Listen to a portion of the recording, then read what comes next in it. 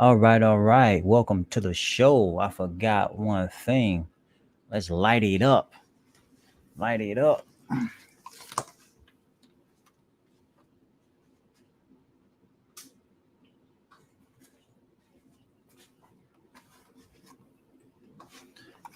And there we go. Now I can barely see the screen. That's how I like it. Nah, no, it's not. No, it's not. So, yesterday when I was talking about cancer or abnormal cells in uterine fibroids, I forgot to mention herbs, or at least I think I did. So, I'm going to mention some anyway. So, when dealing with abnormal cells, I know I mentioned you want to work on the lymphatic system. So, two great herbs to help promote the movement of lymph are one, cleavers. It is a lymphatic, it has alterative actions, and it is also a diuretic. And then another is poke root. Poke root is also an alternative, a lot stronger than cleavers, and it also has emetic actions, so it can make you throw up as well. So, and then uterine fibroids, I know I didn't mention any herbs for that. Now, red raspberry leaf is a great herb to observe if you want to start to fix a female reproductive problem. Also, you can throw in chase tree berry. Chase tree berry is a pituitary adjuvant. I can never pronounce that right. Adjuvant, and it will help to promote the pituitary gland's function. Now, I'm going to talk about herbs for the heart. So I had a question. Bring up the question here.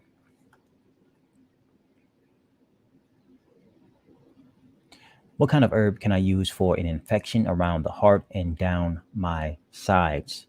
So, anytime you're dealing with an infection, of course, lymphatic, you got to move the bacteria, microorganisms, etc. You want to move those out. All right, a great herb for infections is golden seal root.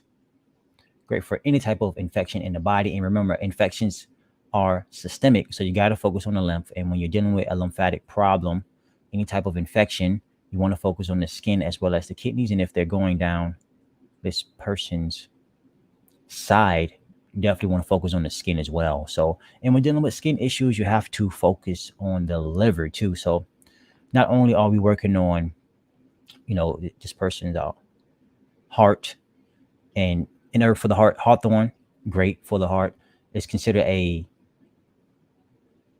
heart tropho-restorative, so it can bring balance to the heart.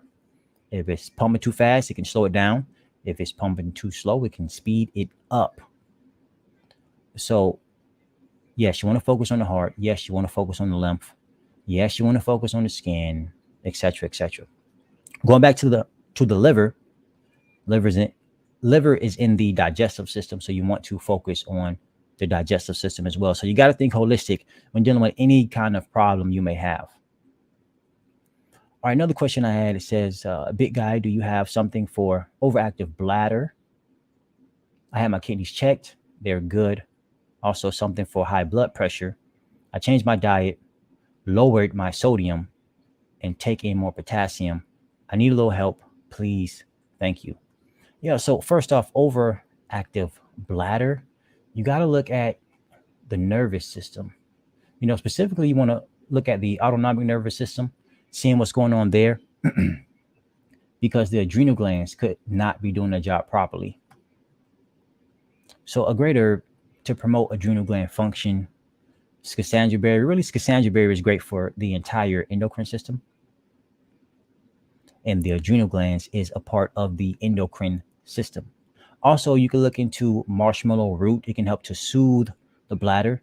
It is a soothing diuretic. It's also great for the digestive system. It's a demulcent, or it has a high level of mucilage.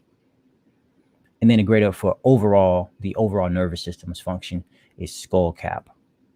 Now, herbs to help lower high blood pressure. First off, why is the pressure high in the first place? Strong chance there could be fats inside the artery walls that's causing the arteries to constrict and tighten down.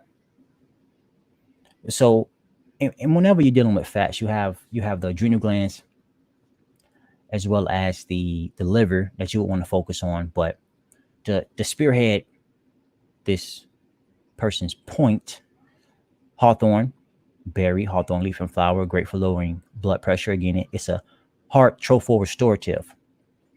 Also, you have herbs like linden flower as well as olive leaf. Both have hypotensive action, so they can help to lower blood pressure.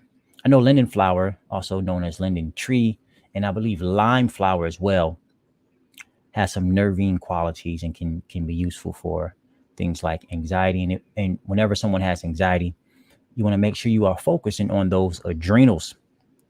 And then the last question I had, what's good for thyroid issues? So it all depends on is the thyroid hyper or is the thyroid hypo? If it's hyper, you could look into herbs to help lower the thyroid's function, like lemon balm or bugleweed, also known as gypsy wort or wart.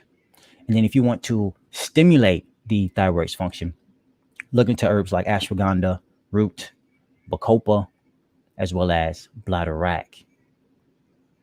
Bladder rack.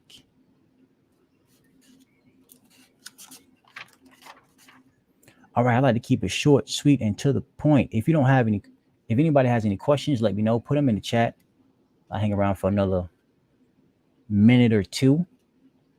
Meanwhile, I just talk about basic human body basics. So whenever you have an issue in your body, understand why it's there, or how is that organ supposed to be functioning. So for example, if you're having a stomach issue, what's the stomach's job? To basically to break down your foods, right? And if you begin to slow up that function, mainly due to what foods you eat, it's going to be a domino effect. Then it's going to affect the pancreas. Then it's going to affect the liver as well, and as well as the gallbladder. When you begin to affect the pancreas, you have an endocrine and exocrine part of the pancreas. The endocrine part can then be affected. When you begin to affect the liver, a whole host of things could be affected. I mean, for example, if you consume foods high in protein, you have a byproduct of protein, nitrogen byproduct, basically ammonia. Too much ammonia buildup, then you can start to appear as being bipolar. All right, so I'd like to keep everything short, sweet, and to the point. Thank you all for joining my live. I'll be live again on Monday at 7:30 p.m. Eastern time, and that's when the podcast will start. Peace.